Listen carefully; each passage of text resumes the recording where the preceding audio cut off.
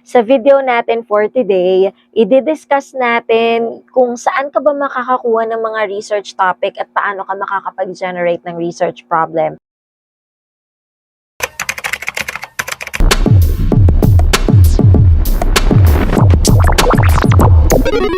Before generating your research title, of course, it's very important to find out or to generate your research problem first. Remember, when we say your research or research investigation, dalawa lang yan. It's either we explore something new, we discover things through research, or we solve particular problems. So, syempre, we need a topic or we need a problem in order for us to conduct our research study. So, yun yung first step natin in creating a research title. So, kailangan meron ka munang research problem. So, ano ba yung tinatawag natin na research problem? What is a research problem? The term research problem refers to a clear expression of an area of concern that requires a clear understanding and deliberate investigation. So, bibigyan ko kayo ng tatlong sources or 3 references on where to find or where to get your research problem. So, ano-ano yung mga yon? Where to get your research problem? You can get them from interviews, experiences and interests, and relevant literature. Interview sessions can be significant sources of research problems. So you have to consider having conversations or interviews and discussions with experts in the field you wish to investigate. So these professionals may help you in generating your research problem. Since sila ay mga professionals na, and once you have a conversation with them, you will be able to find out ano yung mga existing problems or gaps sa field nila na nangangailangan ng research o nangangailangan ng research investigation. Let's say if you want to be a nurse or a teacher, you can interview those professions. Nurse, teachers, engineers for STEM, and also pwede dun sa ating mga journalists or mga lawyers. Pwede natin silang interviewin para malaman natin ano ba yung mga existing problems na pwede nating i-explore or pwede nating i-research. Hahanapin natin yung gaps or yung mga problems doon sa mga makukuha nating information from them para makapag-generate ka ng iyong research problem. Second is personal experiences and of course your interest. Very important to as a researcher. Syempre, who wants to research something that you are not interested in? If you want to conduct a research investigation, research na nga is a very systematic process. It requires a lot of effort and a lot of work. So, syempre, you might want to conduct a research on a certain topic, a certain problem that you are interested in. Sa interesado ka na i-research. So, yung everyday experiences mo, yung interest mo, let's say creative writing, literature ba? Or interested ka ba sa English, sa math, sa science? Or interested ka ba in baking? Interested ka ba in social media, in media? Mga societal issues ba yan? Or mga products ba yan? Doon ka huhugot ng mga problems or ng mga possible research problems mo. At lastly, yung tinatawag nating relevant literature. As a researcher, one of your skills is to read. Of course, you cannot generate your research topic or your research problem and your research title without reading different relevant literature o yung mga existing or yung mga connected relevant studies na nakonduct na doon sa field na gusto mo. Siyempre, kailangan mo silang usisain. You have to read about them in order to find out ano-ano yung mga pwede mo pang alamin or pwede mo pang pagkondukta ng research. So, why is it important to read relevant literature? Gaano nga ba ka-importante na magbasa ng mga relevant literature o ng mga research studies ng iba na related sa field or sa problem or sa topic na gusto mong gawa ng research? Bigyan ko kayo ng 4. So first is to fill gaps or to fill the existing gaps in knowledge based on a specific research. And the second one is to determine if current studies can have implications on further research on the same issue. Lagi nating tatandaan when we are conducting research studies, one of our purposes or main objectives is to solve existing problems. Yun yung tinatawag natin na fill gaps. Pinupunan natin yung mga kulang, pinupunan natin yung mga pagkukulang o may mga mali ba na practices before na nabasa mo sa iba na pwede mong solusyonan o pwede mong masolve sa sarili mong research study. So, syempre, malalaman mo kung ano yung mga studies na hindi pa nare-researchan, ano pa yung mga studies na hindi pa nakakondakta ng research, at pwede mo silang gawin sa sarili mong research study. Third and fourth is see if it's possible to conduct a similar study in a different area or apply the same in a different context. So, research has the capability of being replicated. Pwede mong ulitin ang isang research but with different variables. Pwede mong gamitin yung same methods, same instrument, but then under different variables, under different population, which would yield or which would generate new and different results. So, pwede mong malaman kung pwede mo pa ulit tong gamitin. Tip ko lang is basahin ang recommendation part ng research na babasahin mo para dun mo malaman kung ano yung nire-recommend ng dating researcher na maaari mong gawa ng study na hindi naging sakop ng kanilang study. And lastly, determine if the methods used in previous studies can be effective in solving future problems.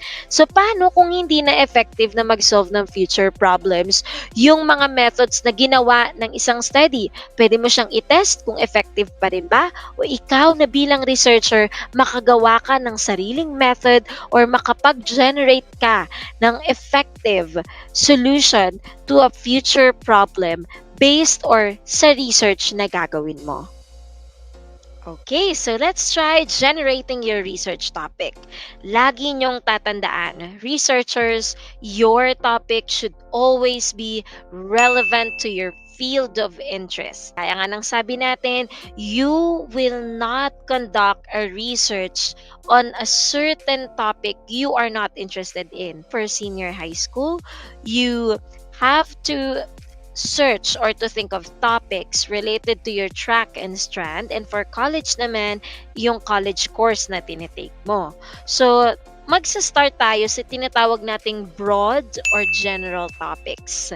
We have education, psychology, tourism, engineering, arts, music, humanities, and social sciences. We have politics, napakaraming topics na kung saan ka interesado, yun ang gagawan mo ng research mo. But syempre, again, be sure to choose the topic you are interested in.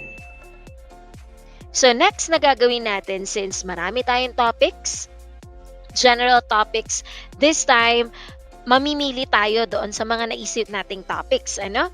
So first ako, since I'm a teacher, I am very much interested in education. So, ito yung broad topic ko. Education, syempre, since, let's say, kahit na college student pa lang ako, I'm an eduk student or an eduk major student. So, definitely, ang topic ko is education. So, ang gagawin natin dyan, hihimayin natin into subtopics. Okay? So, from the education, we have the school. So, under ng school, meron tayong teachers, may learning, may students. Okay. So, syempre, broad pa rin ang mga topics na to. So, kailangan nating isa-isayin o himay-himayin ang mga topics or subtopics under these broad topics. Let's say for teachers, we have, let's say, teaching methods or yung kanilang discipline strategies or yung classroom management ng isang teacher. For learning, we could have reading, speaking, or analytical math, science, experimentation, research. So, under ng learning, napakarami niyan. So, let's say, kung bawa students, we have study habits, their learning styles, academic performance nila, leadership skills, and many more. Okay, so after consolidating all the topics, all the subtopics, after listing them down, I've decided to study or to conduct a research on students' leadership skills. So let's say, for example, let's say for an instance, I am a student leader. So for example, president ako ng English club, or I'm the president of the Supreme Student Government, as in SSG president ako. So since ito ay sarili kong experience, kaya nga ng pinag-usapan natin kanina, wag ka nang lumayo. Okay? So I am experiencing it, so gusto ko siyang pag-aralan. I wanna know. I wanna study about leadership skills among students. So, syempre, kapag namimili ka ng topic or kapag pina-finalize mo na yung topic mo, you have to consider what type of research are you going to conduct. So, since tayo ay nasa practical research 1, qualitative research ang gagawin natin. And remember, sa mga nakaraan nating videos, when we say qualitative research, it involves the why and the how of a certain social phenomena. So we are focusing on the direct experiences or everyday lives of our respondents. So dahil ito ang matatandaan natin, so dahil nakafocus tayo sa mga factors na to, this time, kailangan na natin ng tulong ng mga relevant literature or yung mga relevant research studies existing na nag-aaral tungkol sa leadership skills ng mga students. Dito na ako magsa-start magbasa, maghanap, magsulat. So dito ko na ngayon mararanasan na makapagbasa ng mga research studies na gawa ng iba, and after taking notes from them, I will be able to find out ano yung mga existing gaps, existing problems na hindi pa nasosolve na maaari kong masolve or maaari kong pag-aralan sa research na gagawin ko. Okay, so for example, natapos na ako makapagbasa, I was able to read relevant literature or other research studies connected to the topic that I want to investigate. This time, mas na-identify ko na kung ano yung mga problems or existing gaps, existing information na maaari nating i-explore sa ating research topic, particularly yung student leaders. So I found out that some of the research or some of the most interesting problems or topics to be explored about student leaders are: first, balancing student and officer duties in school. So, paano nila nababalance yung kanilang officer or leadership duties at yung kanilang academic responsibilities, and also yung mga struggles and challenges na na-encounter nila as a student leader. So, getting all these information from the relevant studies, so nakapag-generate ako ng dalawang topics na pwede kong gawin from student leaders. First is students management of academic and leadership duties and responsibilities. At yung second topic ko naman is the struggles faced by student leaders in managing their academic and leadership responsibilities. It's now your turn to list down and limit the broad topics you have in mind in order to finalize your research problem. Comment down below naman ang mga topics na naiisip mo at tingnan natin, check natin, verify natin kung okay ang mga yan. Thank you so much for tuning in with me. So, since tapos ka na ngayong gumawa ng topic mo, how to create a research title naman ang pag-uusapan natin. So, nandyan lang sa baba, click mo na lang yung video na yan at i-discuss ko dyan paano gumawa ng research title.